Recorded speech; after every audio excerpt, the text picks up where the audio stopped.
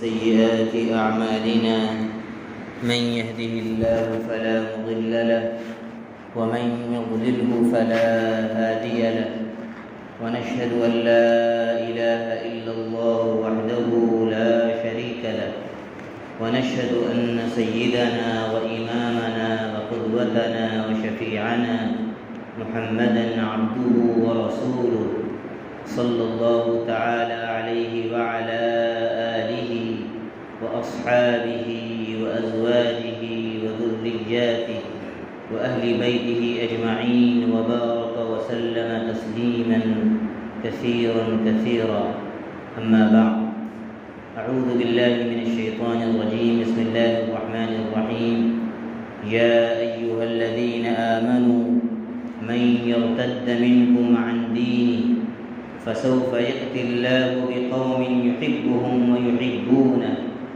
أذلة على المؤمنين أعزة على الكافرين يجاهدون في سبيل الله ولا يخافون لومة لائم ذلك فضل الله يؤتيه من يشاء والله واسع عليم. وعن ابن عباس رضي الله عنهما قال رسول الله صلى الله عليه وسلم ما من أيام العمل الصالح فيهن أحب إلى الله من هذه الأيام العشرة قالوا ولا الجهاد في سبيل الله قال ولا الجهاد في سبيل الله إلا أن خرج بنفسه وماله فلم يخرج بشيء رواه البخاري او كما قال صلی اللہ علیہ وسلم. نہ سمجھو گے تو مٹ جاؤ گے اے ہندی مسلمانوں، نہ سمجھو گے تو مٹ جاؤ گے اے ہندی مسلمانوں، تمہاری داستاں تک بھی نہ ہوگی داستانوں میں. میرے محترم ایمانی بھائیوں، بزرگوں اور دوستوں، ذوالقعدہ کی آخری تاریخیں چل رہی ہیں اور کچھ دنوں کے بعد ذوالحجہ کا مہینہ شروع ہو جائے. ذوالحجہ کا مہینہ حرمت والا مہینہ ہے. جو 4 مہینے عزت اور حرمت کے ہیں، اشہر حرم ہیں، اس میں ذوالحجہ کا مہینہ بھی. ذوالحجہ کے معنی حج والا مہینہ، چونکہ اس مہینے میں حج ہوتا ہے اور حج ہی سے متعلق ایک عبادت ہے جو حجاج بھی اس کو ادا کرتے ہیں اور غیر حجاج بھی جو استطاعت رکھتے ہیں وہ قربانی کی عبادت ہے، وہ بھی اسی مہینے میں ادا کی جاتی ہے. نبی پاک صلی اللہ علیہ وسلم نے قرآن مجید میں بھی اور حدیث پاک میں بھی ان 10 دنوں کی، ذوالحجہ کے شروع کے 10 دنوں کی بہت فضیلت ارشاد فرمائی. آپ 30ویں پارے میں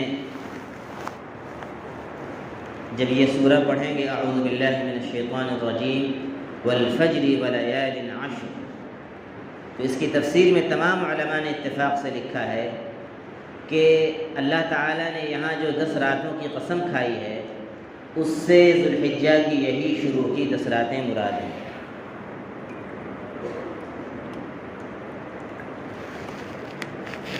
نبی پاک صلی اللہ علیہ وسلم کے ارشاد ہے ما من ایام العمل الصالح فیہن احب الی اللہ من هذه الایام العشرہ، کہ اللہ کے نزدیک جتنے بھی دن ہیں سال کے، ان دنوں میں سب سے زیادہ اگر اللہ تعالیٰ کو نیک اعمال پسند ہیں، سب سے زیادہ اگر نیک اعمال کسی دن میں پسند ہیں تو وہ یہی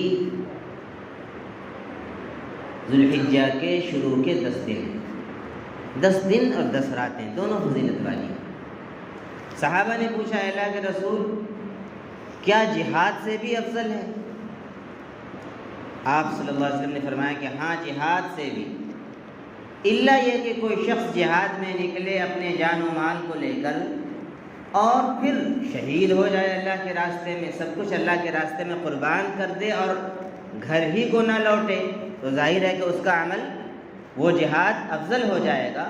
لیکن عام جہاد کے مقابلے میں جو نیک اعمال ہیں وہ ان دنوں میں ذوالحجہ کے 10 دنوں میں اللہ تعالیٰ کو زیادہ پسند ہے۔ لہذا ہمیں چاہیے کہ ہم اپنے گناہوں سے توبہ کریں اور ان 10 دنوں اور 10 راتوں کی قدر کریں، راتوں میں تہجد میں اٹھ کر اپنے گناہوں سے توبہ کرنے کی کوشش کریں اور اللہ تعالیٰ سے نیک اعمال کی توفیق مانگیں، حسن خاتمہ کی توفیق مانگیں کہ اللہ تعالیٰ ہمیں خاتمہ ایمان پر نصیب فرمائے۔ اور جس زمانے میں ہم جی رہے ہیں، جس شدید ترین فتنوں کے زمانے میں، ہم فتنوں سے پناہ مانگیں۔ نبی پاک صلی اللہ علیہ وسلم نے فتنوں سے پناہ مانگنے کا حکم دیا ہے۔ ربنا لا تجعلنا فتنة للذین کفروا، اے میرے رب ہمیں کافروں کے لیے، کافروں کی طرف سے فتنے اور آزمائش میں اے اللہ مت مبتلا کیجیے۔ ایک تو یہ فتنہ ہے جو کافروں کی طرف سے ہے، اسلام دشمن طاقتوں کی طرف سے، پھر مختلف فتنے ہیں۔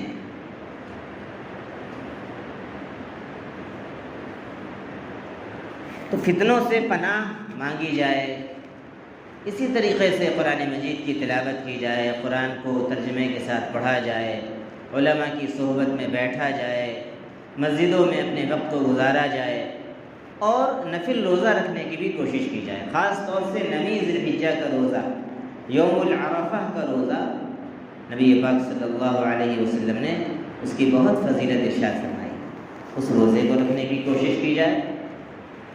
بہرکیف یہ جو 10 دن اور 10 راتیں آ رہی ہیں، ظاہر ہے کہ ہم حج میں نہیں گئے، لیکن اللہ تعالیٰ نے ان 10 دنوں اور 10 راتوں میں اتنی فضیلت رکھ دی ہے کہ اگر ہم اپنے گھروں میں رہتے ہوئے بھی نیک اعمال زیادہ سے زیادہ کریں تو اللہ تعالیٰ ہمیں بہت ثواب عطا کرے، ہمیں اللہ تعالیٰ محروم نہیں رکھے۔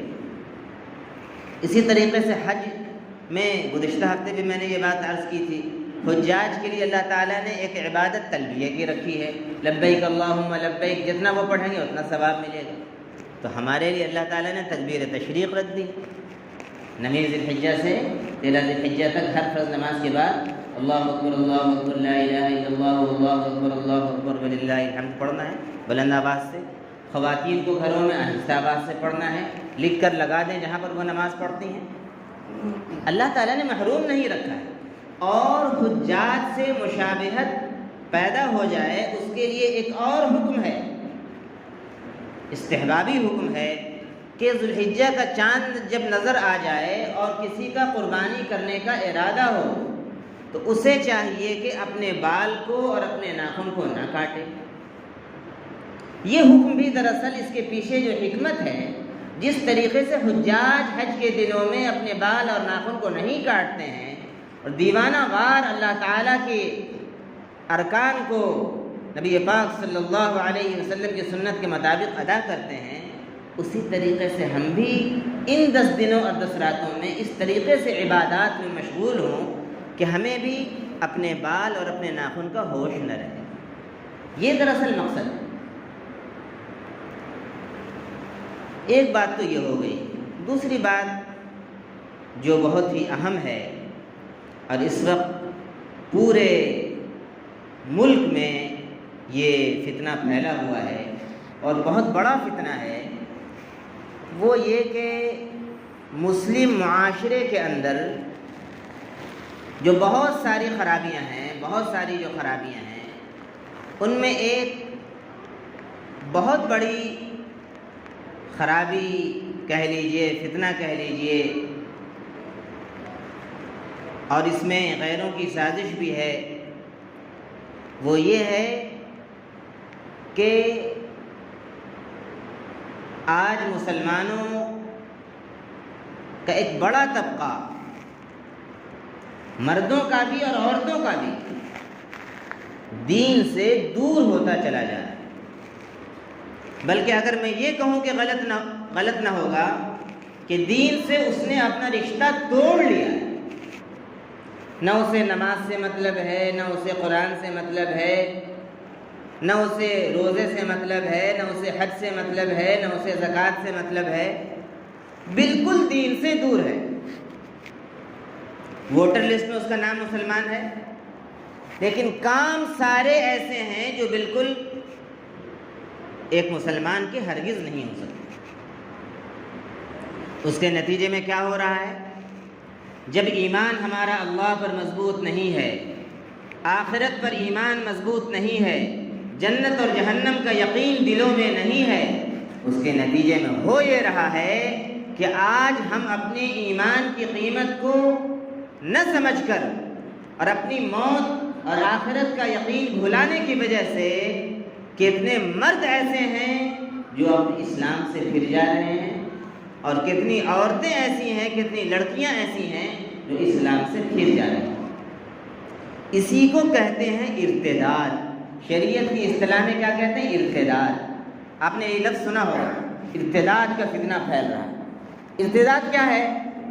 دین اسلام پر رہتے ہوئے جو مسلم گھر میں پیدا ہوا یا بعد میں اسلام قبول کیا تھا، اس نے مسلمان ہونے کے بعد، کلمہ پڑھنے کے بعد جان بوجھ کر اگر کوئی کسی بھی وجہ سے، لالچ کی وجہ سے یا کسی اور دوسرے دنیاوی فائدے کو حاصل کرنے کی وجہ سے اگر دین اسلام سے پھر جائے، کسی دوسرے باطل مذہب کو اختیار کر لے، تو اسے کہتے ہیں ارتداد۔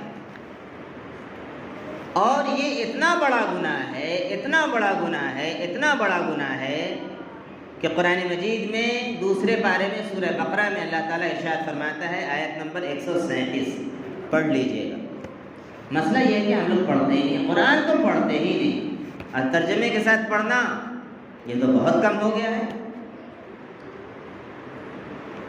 پڑھیے گا اس کو، آیت نمبر 137 دوسرے پارے میں، خود ترجمہ پڑھیے گا تو دل میں بات اترے گی۔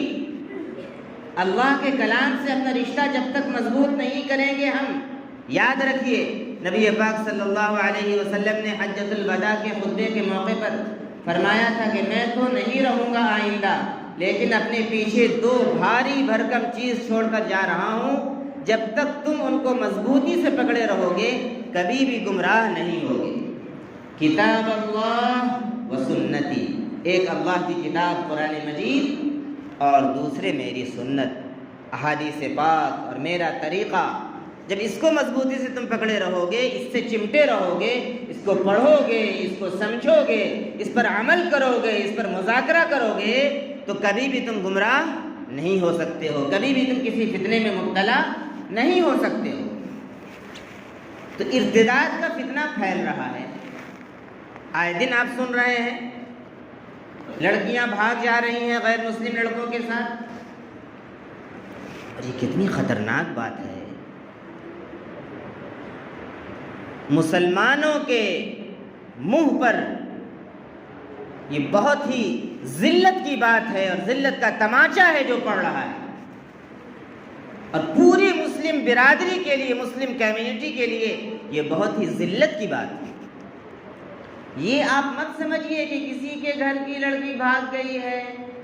افسوس کی بات یہ ہے کہ بہت سے مسلمان بھی ان واقعات کو بہت ہی ہلکے میں بیان کر رہے ہیں، اور بعض لوگ تو ہنستے ہیں، ہنس کر بیان کرتے ہیں کہ فلاں گھر کی لڑکی بھاگی ہے، خوش ہو رہے ہیں، اس سے ذرا سی میری بنتی نہیں ہے، اس گھر کی لڑکی کا مسئلہ ہے، اس لیے بہت ہی خوش ہو کر بیان کرتے ہیں۔ ہمارے ایمان کی سطح اتنی گر چکی ہے کہ آج ہم اپنی مسلم قوم کی بچی کے کسی غیر مسلم ناپاک لڑکی کے ساتھ بھاگ جانے پر ہم ابھی تک سیریس بھی نہیں۔ سچی بات یہ ہے کہ سیریس بھی نہیں،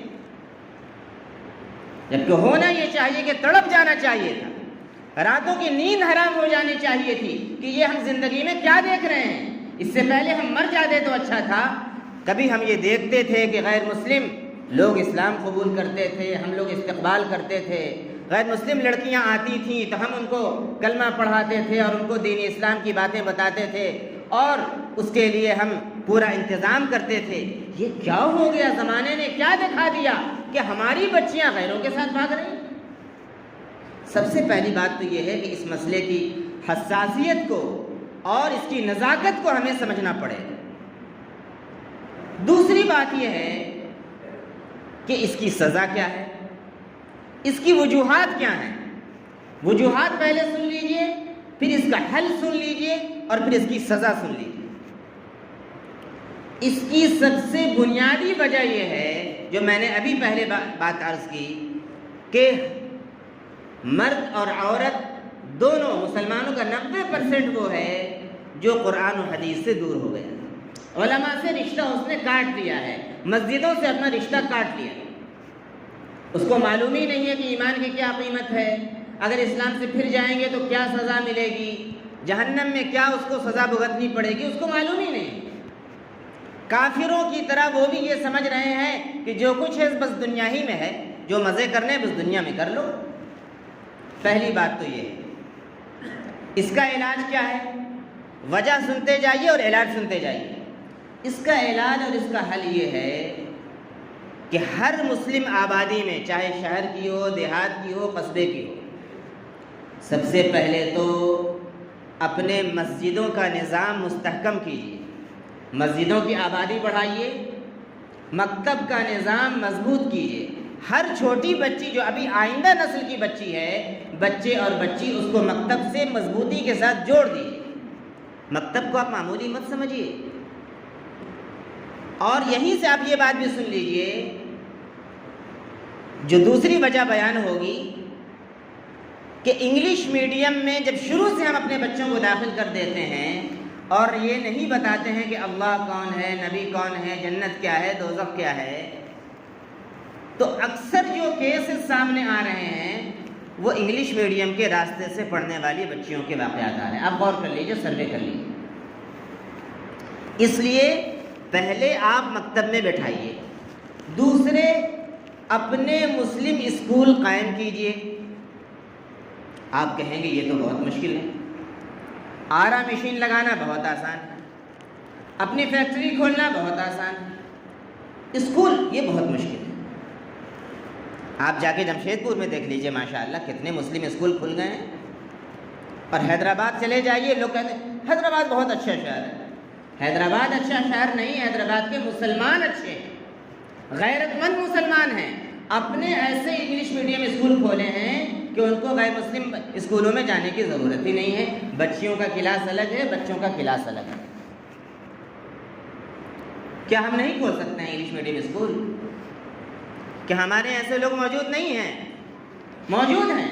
ایک آدمی نہیں، 2 آدمی، 3 آدمی، 4 آدمی، 5 آدمی مل کر ایک ٹرسٹ بنائیے، اپنے اسکول کھولیے۔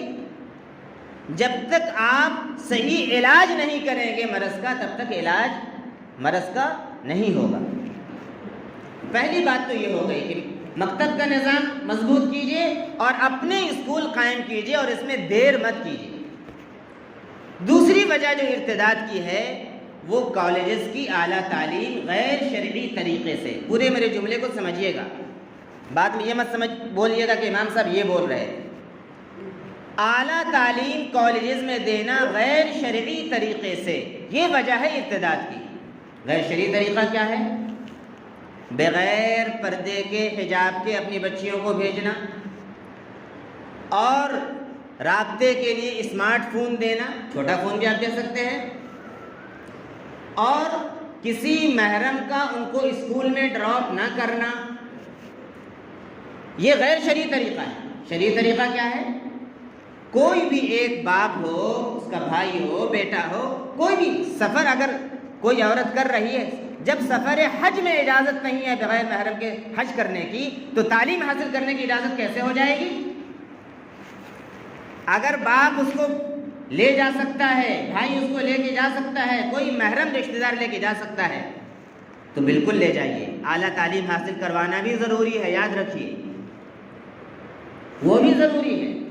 لیکن اگر خدا نخواستہ شریعت کے مطابق آپ کو تعلیم دلانے کا موقع نہیں مل رہا ہے، آپ خود لے جانے کے پہنچانے کی پوزیشن میں نہیں ہیں، اور نہ آپ ان کو حجاب کروا رہے ہیں، تو میں مسجد میں خدا کی قسم کھا کر کہہ رہا ہوں کہ ان بچیوں کو گھر میں آپ میٹرک تک کی تعلیم دلوا کر، انٹر تک کی تعلیم دلوا کر بہشت زیور پڑھوا دیں اور سلائی کڑھائی سکھا دیں، اور پھر ان کو اتنی ہی تعلیم دے کر ان کو بیاہ کر دیں، آپ پر اللہ کے یہاں کوئی داروگیر نہیں ہے۔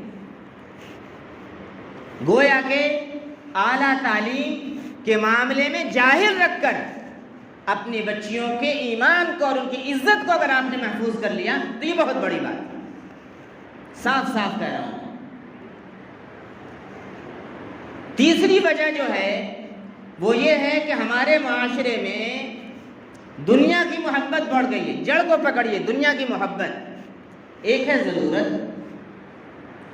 ضرورت آج کل کی یہ بھی ہو گئی، گرمی پڑ رہی ہے، بھائی فریج کی بھی ایک ضرورت ہے۔ اب اے سی وغیرہ بھی ایسی چیز ہو گئی ہے کہ یہ بہت زیادہ خواہش میں نہیں ہے، ضرورت میں داخل ہو گئی ہے۔ لیکن خواہشات کو پورا کرنے کے لیے شوہر میرا مطالبہ نہیں پورا کر پا رہا ہے، ہم کو جبلی پارک ہر ہفتے نہیں گھماتا ہے، ساکچی کی مارکیٹنگ نہیں کرواتا ہے، بسٹو پور کے مال میں نہیں لے جاتا ہے، اس وجہ سے ہماری عورتیں لون لیتی ہیں، خواہشات کی وجہ سے۔ اور وہ لون ظاہر ہے کہ سودی لون ہوتا ہے، اور دیتا کون ہے؟ غیر مسلم آ کر۔ اور ہمارے مرد اتنے بے غیرت ہو گئے ہیں، اتنے دیوس ہو گئے ہیں کہ ان کو اس بات کی خبر نہیں ہے کہ میرے گھر میں میرے غائبانے میں کون آ رہا ہے، کون جا رہا ہے۔ حدیث پاک میں نبی پاک صلی اللہ علیہ وسلم نے فرمایا، وہ نبی جو رحمت للعالمین ہیں، آپ فرما رہے ہیں وہ مرد دیوس ہے، وہ بے غیرت ہے، جس کو اس بات کی خبر نہ ہو کہ اس کے پیچھے کون مرد اس کے گھر میں آ رہا ہے، جا رہا ہے۔ اور نتیجے میں ہوتا کیا ہے کہ جب وہ لون کو ادا نہیں کر پاتی ہیں تو نتیجے میں کیا کیا ہو رہا ہے میں نہیں کہوں گا اپنی زبان سے، میری زبان گندی ہو جائے گی، آپ سب جانتے ہیں۔ یہ بھی ایک بہت بڑی وجہ ہے عزتوں کے برباد ہونے کی اور ارتداد کی۔ اور جہاں تک ضروریات کی بات ہے، اس بات کو بھی سمجھیے، ضروریات کو پورا کرنے کے لیے اگر وہ لون مرد ہوں چاہے عورت ہوں، لون کی ضرورت ہر ایک کو پڑتی ہے۔ قرض، لون کے معنی قرض، تو غیر سودی قرض بھی ہوتا ہے، وہ تو ایک ضرورت ہے۔ اگر وہ آپ اپنی مسلم معاشرے میں اگر اپنا نظام نہیں بنائیں گے تو ظاہر ہے کہ لون تو آدمی لے گا، مرد بھی لے گا، عورت بھی لے گی، تو اس کے پھر مجرم اور اس کے گناہگار ہم سب ہوں گے۔ اور خاص طور پر جو ذمہ دار ہیں، امام صاحب ہیں، صدر صاحب ہیں، سیکریٹری صاحب ہیں اور ذمہ داران ہیں، سب زیادہ اس کے، کیونکہ آپ یہ کام کر سکتے ہیں۔ بیت المال کا نظام ہمارے ہاں شروع ہوا ہے، اس نظام کو ہم مستحکم کریں۔ جمشید پور میں مسلم فنڈ کا نظام ہے، وہاں سے پوچھ کر ہم اپنے اس نظام کو مضبوط کریں اور ہم یہاں سے قرض دیں، جانچ پڑتال کے بعد قرض دیں، اس کا پورا پروسیس ہے، اس کی میٹنگ ہوگی تو اس میں بات آ جائے گی۔ میں خلاصہ یہ کہنے کا مقصد ہے کہ جب ہم غیر سودی قرض دیں گے تو پھر ان کو سودی قرض لینے کی ضرورت نہیں پڑے گی۔ آپ کو صرف یہ نہیں کہنا کہ لون لے رہی ہیں، امام صاحب تقریر کر دیجئے، بند کروا دیجئے۔ امام صاحب کی تقریر سے صرف بیداری پیدا ہوگی، ڈر پیدا ہوگا، لیکن ختم کرنے کے لیے جب تک سارے ذمہ دار لوگ بیٹھیں گے نہیں اور ایکشن نہیں لیں گے اور ایکشن کمیٹیاں نہیں بنیں گی، تب تک معاملہ حل نہیں ہوگا۔ اسی طریقے سے ایک اور وجہ کیا ہے؟ آن لائن خریداری، یہ بھی خواہشات میں ہے۔ ہمارے مردوں کو بہت عجیب بات ہے، ہر جگہ کم و بیش اور ہمارے یہاں خاص طور پر ہمارے مردوں کو ایک طرف کہتے ہیں کہ بہت مصروف ہیں، اور غور سے دیکھیے تو کوئی کام بھی نہیں، ان کو اتنی فرصت بھی نہیں ہے کہ اپنی گھر کی بچیوں کو بازار سے سامان خرید کر لا دیں۔ کوڑیا ہو گئے، کوڑیا۔ اس سے پناہ مانگی گئی ہے کہ اے اللہ، اللہم انی اعوذ بک من العجز والکسل، اے اللہ کاہلی سے، سستی سے اور عاجزی سے، نکمے پن سے اے اللہ پناہ رکھی۔ گھر میں بیٹھا ہوا چارپائی توڑ رہا ہے نالاب کہیں کا، یا ادھر جا کر تالاب کے نیچے جوا کھیل رہا ہے، اور اس کی بیٹی آن لائن خریداری کر رہی ہے، اور ڈیلیوری بوائے آ رہا ہے غیر مسلم، ہندو آ رہا ہے، اور ہمارے گھر کی بچی کا نمبر ان کے پاس جا رہا ہے۔ ہم کہتے ہیں کہ ہماری بچیوں کا نمبر وہاں تک کیسے پہنچ گیا؟ آن لائن خریداری کی وجہ سے پہنچ رہا ہے۔ اس کا کیا کرنا چاہیے علاج؟ آن لائن کی خریداری بند کروائیے، آپ خود سامان لا کر دیجئے۔ آن لائن میں بہت اچھا سامان مل جاتا ہے، آپ ٹاٹا جائیے، خریدوا کے اپنے سامنے لیجئے، آف لائن خریداری کیجئے۔ زیادہ اسٹینڈرڈ بننے کے چکر میں، زیادہ اسمارٹ بننے کے چکر میں یہ سب ہو رہا ہے۔ دین کے معاملے میں اسمارٹ نہیں بن رہے ہیں، دنیا کے معاملے میں اسمارٹ بن رہے ہیں، آن لائن پیزا کھا رہے ہیں ٹاٹا سے منگا کے، کھائیے اور پیزا منگائیے اور اپنی بچیوں کے نمبرات ہندو لڑکوں کو دیجیے۔ میرے بھائیوں، بزرگوں اور دوستوں، یہ وجوہات ہیں اور یہ اس کا علاج ہے۔